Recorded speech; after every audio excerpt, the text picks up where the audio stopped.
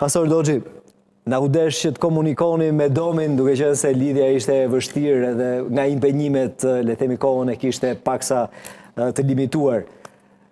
Çfarë ka ndodhur në këtë Krishtlindje në kryeqytet? Dua të bëj një pyetje, më the përpara se të futeshim në studio ke pasur një ditë shumë impenjative, ma do mendja që ke takuar shumë njerëz. Çfarë të kanë përcjell ditën e sotme?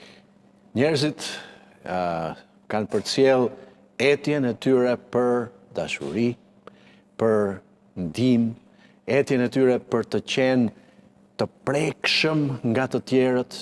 Njerëzit kanë nevojë t'i shofësh, kanë nevojë t'i prekësh, kanë nevojë ta dinë që i don, dhe në këtë fest ato sigurisht kanë ardhur të gëzuar sepse dinë që pritet që do përqafohen, pritet që do ketë një fjalë të mirë, pritet që do përshëndeten, por shumica e njerëzve që kanë takuar janë besimtar, e dinë se për çfarë festojnë, kështu që kanë ardhur me gëzimin edhe për të qenë bekim për të tjerët. Pra, ajo që kam pa unë sot ka qenë përsëri e njëjta etje për njerëzillik, do thoja unë, për dashamirësi, për ngrohtësi, për një fjalë të mirë, për një përqafim, për një ndritshim, për një shpresë, për miqësi, më kupton?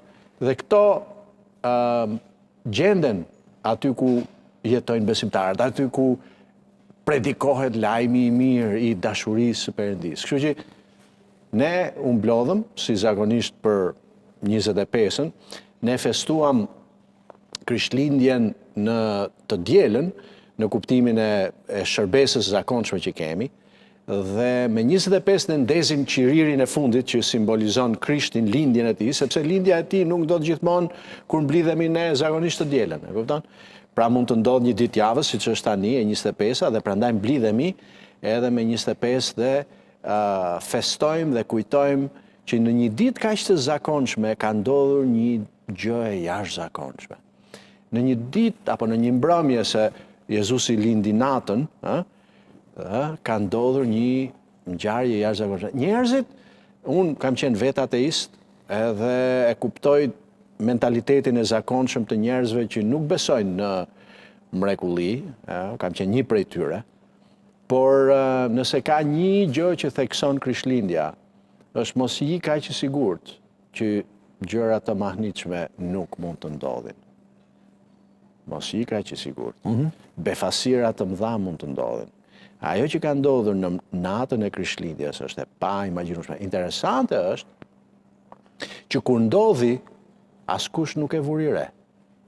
Pra, Krishtlindja ishte një proces mos e i natyrshëm njerëzor apo jo? Jo vetëm i natyrshëm, por edhe i fshet. Domethënë vetëm nëna e tij dhe babai i tij ishin aty, dhe nuk mund të ishte askush tjetër, askush nuk e dinte. Engjëjt, thot Bibla, shkuan dhe lajmëruan dhe erdhën barinjt. Pastaj, thot Bibla, yjet lajmëruan dietarët nga një vend i largët që erdhën. Ato kanë domethënie ndërkohësisht.